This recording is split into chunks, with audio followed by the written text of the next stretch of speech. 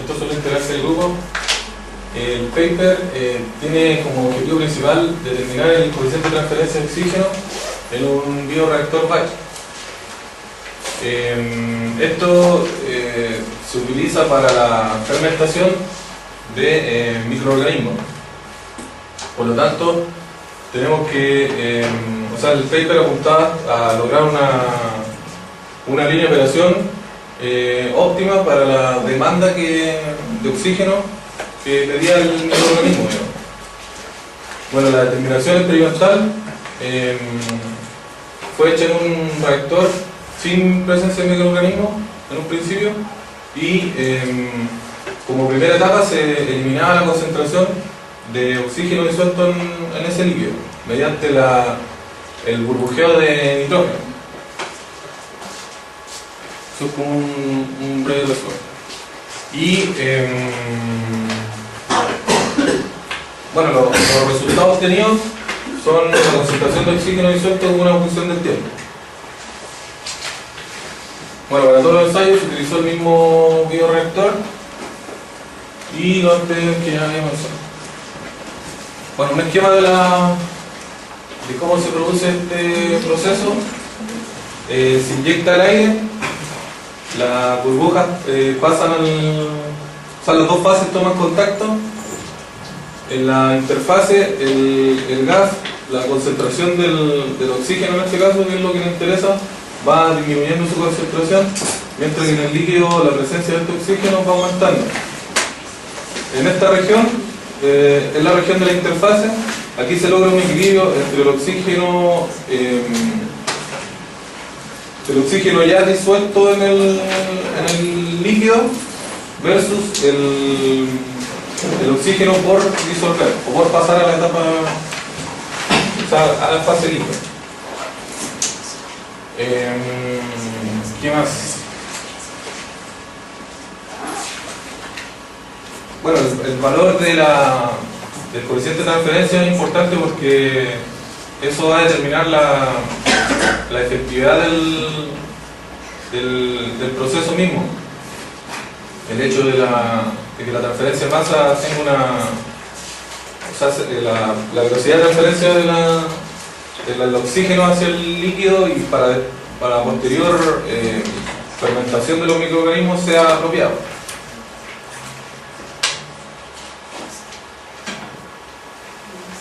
Bueno, el estudio del sistema se hizo en tres fases, digamos, para tres distintas variables de operación.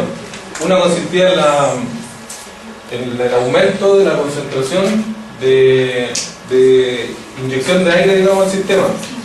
El otro consistía en dar tres regímenes distintos de agitación.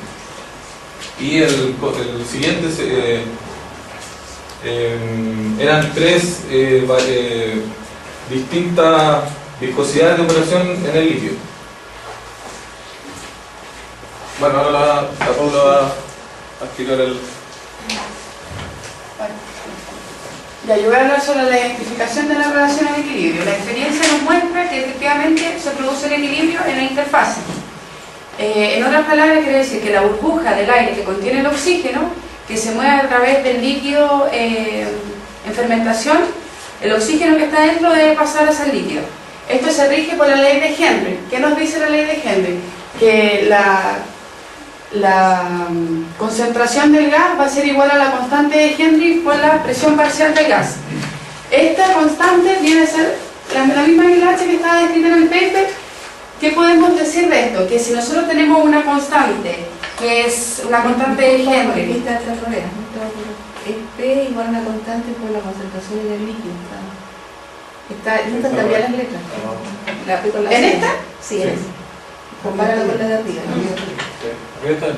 Arriba está bien. Sí.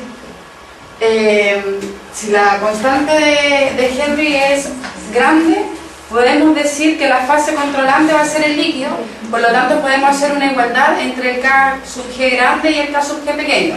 Por otra parte, si la constante de Henry es pequeña, podemos decir que la fase controlante va a ser el gas y podemos hacer una igualdad entre el K sub L grande y el K sub L pequeño. El coeficiente de transferencia de masa que utilizaremos son los coeficientes globales para la fase líquida. ¿Qué podemos decir de esto? Que si nosotros traspasamos eso hacia acá y esto hacia acá, vamos a determinar que en un comienzo era la suma de la fase de los coeficientes individuales va a ser igual al coeficiente global. El método experimental que nosotros utilizamos fue un método de gassing out que se refiere a la eliminación del gas en el líquido, del oxígeno en el líquido. Esto se hace por intermedio de burbujeo de nitrógeno. ¿Hasta qué punto se realiza? Hasta qué punto de la concentración del oxígeno sea igual a 0. Con una temperatura igual a 30 grados Celsius. Como había dicho el Jorge, en esta experiencia se hicieron en este paper se hicieron 3 tipos de experiencias. La primera fueron con 3 variables de agitación, la segunda con 3 variables de flujo de aire y la tercera con 3 de viscosidades del fluido. Métodos que son aspectos que son importantes a considerar son las propiedades de las dos fases, tanto la fase gaseosa como la fase líquida, la geometría del sistema que es a través de burbujas y el tipo de régimen que es un régimen laminar. Ahora vamos a pasar a los resultados de los análisis. Bueno, aquí la gráfica nos muestra que en este caso esta gráfica representa la variación de la concentración del oxígeno disuelto a 30 grados Celsius, 300 revoluciones por minuto y una viscosidad de 1 centículo. Aquí todas las variables son constantes menos la concentración de oxígeno o el flujo de oxígeno. Flujo del aire. Sí. Bueno, aquí vemos que la saturación del medio se logra muy parecida entre un régimen de 1,2 y 2. Más o menos a los 200 y algo segundos. Bueno, esto nos dice que cuando tenemos un flujo muy bajo de aire, nuestro bioreactor no tiene una velocidad o un coeficiente adecuado de transferencia. Bueno, para la figura 2, aquí lo que variamos es la agitación como fuerza impulsora. Aquí vemos que a mayor revolución logramos una cinética mayor y esto se logra más o menos los 200 segundos también. Bueno, para la tercera, bueno, ya lo otro que se me olvidó decir es que en definitiva estas tres variables lo que están haciendo es vencer las resistencias que se oponen a la transferencia.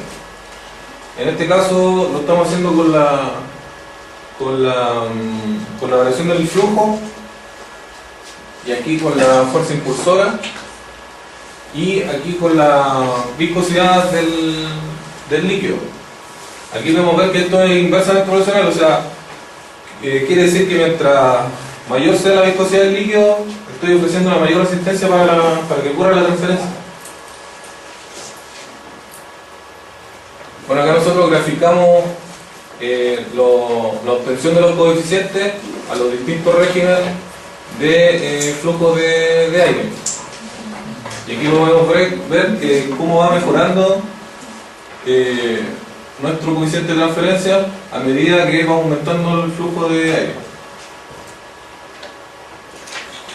Aquí también podemos ver las revoluciones por minuto versus el coeficiente de transferencia. Vemos la gran diferencia que ocurre entre 300 y 500 y 800 revoluciones por minuto. Bueno, y aquí vemos lo inversamente proporcional. Al aumentar la viscosidad, nuestro coeficiente baja considerablemente. Bueno, y eso sería nuestra presentación.